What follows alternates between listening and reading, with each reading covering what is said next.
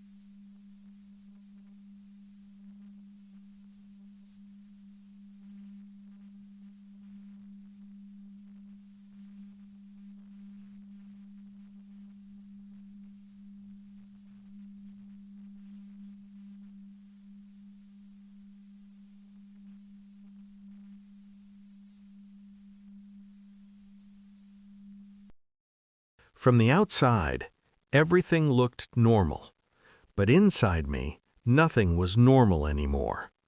I remember one morning very clearly. The winter air was cold and the sky over the city looked gray. When I entered the building, the security guards greeted me with less warmth than usual. Their eyes watched me carefully, and their voices sounded forced.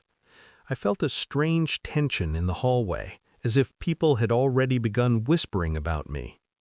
Later that day, one of my longtime colleagues came into my office. He closed the door slowly behind him and sat across from me. His face looked serious. He told me that certain officials had begun asking questions about my recent behavior. According to him, some people believed my thinking had begun to change in ways that could be dangerous. When he shared this with me, my heart began beating very fast. I realized that my private struggle was no longer hidden. After that day, the atmosphere around me changed quickly. Meetings that I normally attended suddenly happened without me. Important discussions moved forward without my involvement. A secretary who once greeted me kindly began speaking to me in a cold and distant way. Even small moments started to feel heavy. One afternoon, I entered the building cafeteria to eat lunch. I noticed that several men who usually sat with me suddenly stood up and moved to another table. They avoided looking in my direction. The room felt quiet in a way that made my chest tighten with fear. That was the first moment I truly felt the beginning of isolation. But the situation became much worse when the rumors reached my family. One evening, when I returned home, I noticed my wife sitting quietly in the living room. Her face looked worried. She told me that a relative had visited earlier that day. According to what she heard, certain religious authorities had started asking questions about my beliefs. She explained that those questions were spreading quickly among people connected to our family. When she revealed this to me, I could see fear growing in her eyes. In our country, accusations about faith are not simple matters. They can destroy a person's reputation, career, and safety. Entire families can suffer because of the actions of one person. Few days later, my older brother came to see me. He arrived late in the evening, looking very tense. He sat with me in the kitchen and spoke quietly. He told me that some relatives were already distancing themselves from our family. According to what he heard, people were afraid that being connected to me might bring trouble to them as well. That moment was very painful for me. I had spent my entire life protecting the honor of my family name. Now, the same family name was slowly becoming a source of fear. Soon after that visit, the persecution became more direct. One morning, I was called to a private meeting with two senior officials. The room felt cold and formal. They studied my face carefully while asking questions about my recent activities, my thoughts, and the people I had been speaking with. Their voices were calm, but the pressure behind their questions was very clear. They revealed to me that certain reports suggested I had been exploring ideas that were not acceptable within our system. They warned me that such thinking could bring serious consequences if it continued. When the meeting ended, I walked out of the building feeling as if the ground beneath my life had started to crack. From that day forward, the fear inside my home grew stronger. My children noticed the tension even though we tried to hide it from them. My daughter began asking her mother why people had stopped visiting our house. My son told me that some of his friends had started avoiding him at the university. The persecution was no longer only about me. It was slowly reaching everyone I loved. One cold morning, I arrived at the government building where I had worked for many years. Normally, the guards at the gate would greet me with respect because they knew my position and my connections, but that morning felt different. The guard at the entrance checked my identification card for a long time. His eyes moved slowly between the card and my face. After a moment, he called another officer. The second officer examined the card again and then spoke quietly to the first guard. Finally, they allowed me to enter, but their behavior showed me that something had changed.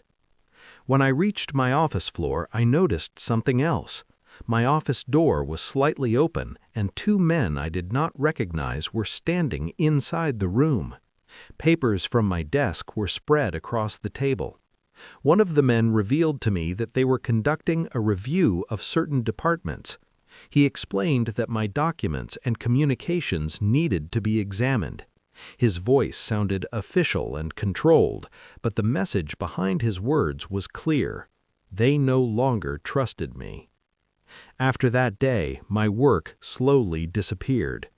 My responsibilities were taken away one by one. Meetings I used to lead were now led by younger officials. Important messages that once came directly to me began going to other people instead. I started sitting alone in my office for many hours with almost nothing to do. The silence in that room felt heavy, like a warning that my position was collapsing. But the persecution did not stop at my workplace.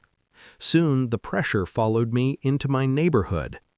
One afternoon, I walked to a nearby market to buy bread and vegetables for my family.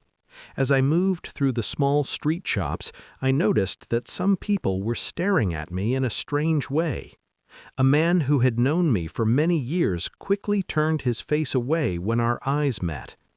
Later, an elderly shopkeeper who had always treated me kindly revealed to me that rumors about my faith were spreading across the neighborhood.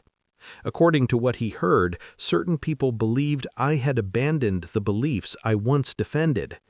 That moment felt like a knife inside my chest. In my country, such rumors are dangerous.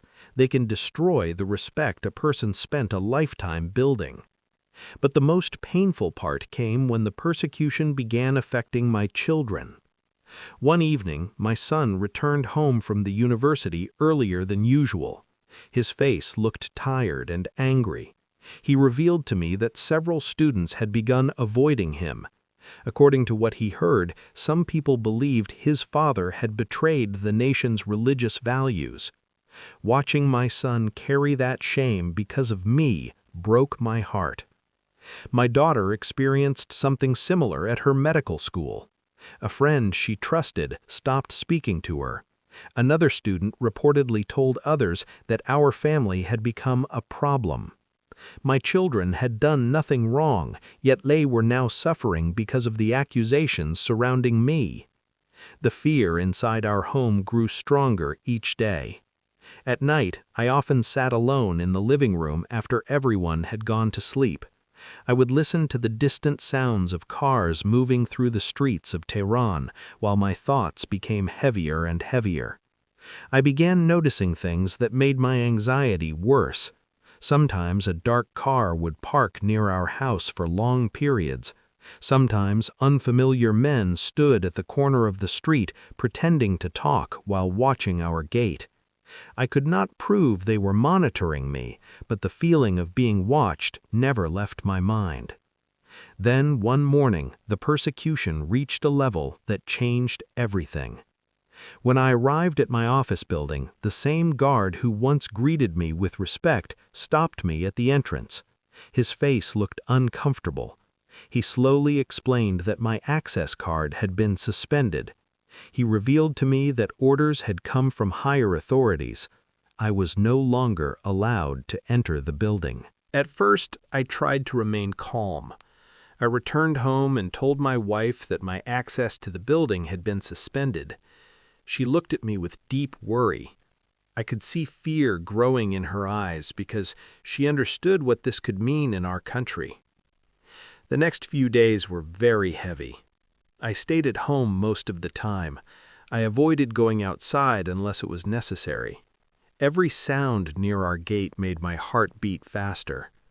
My wife also became very cautious. She began closing the curtains earlier in the evening, and she stopped inviting visitors to the house. One afternoon, 2 government officers came to our door. They knocked slowly but firmly. When I opened the door, they stood there with serious faces. One of them revealed to me that they needed to ask several questions about my recent activities and my beliefs. They entered the house and sat in our living room while my wife waited quietly in the kitchen. The questions lasted a long time. They asked about the people I had spoken with. They asked about my personal thoughts about faith. They also asked if I had been communicating with people outside the country. Their voices were calm, but the pressure behind their questions was very strong. I could feel that they were searching for something they could use against me. When they finally left the house, the silence inside our home felt heavy. My wife sat beside me and held my hand. Her hands were shaking. She did not need to say much. The fear on her face already told me everything. But the persecution did not stop with questioning. Soon our family began to feel the rejection of people around us. Neighbors who once greeted us warmly stopped speaking to us. When my wife walked to the local market, some women avoided standing near her. A few people whispered when she passed by. My children also began suffering deeply. My son came home one evening with sadness on his face. He revealed to me that several students had started mocking him because of the rumors about our family. Some people reportedly told others that his father had betrayed the faith of the nation. My daughter faced similar pain at her medical school. A close friend slowly stopped speaking to her. Another student reportedly warned others to stay away from our family because trouble might follow anyone connected to us. Watching my children carry shame that did not belong to them was one of the most painful experiences of my life. But the most frightening moment came several weeks later. One night, long after midnight, I heard a loud knock at our gate. The sound woke everyone in the house. My heart began beating very fast as I walked toward the door. When I opened it, several security officers were standing outside. One of them revealed to me that they had orders to search the house. They entered and began looking through our rooms, our books, and even our personal belongings. My children stood quietly in the hallway while strangers opened drawers and examined papers. The search lasted nearly 2 hours. When they finally left the house, our home looked completely disturbed. Books were scattered on the floor, and many personal items had been moved or taken. That night, my family did not sleep. We sat together in the living room while fear filled the house like a heavy cloud. At that moment, I realized something very painful.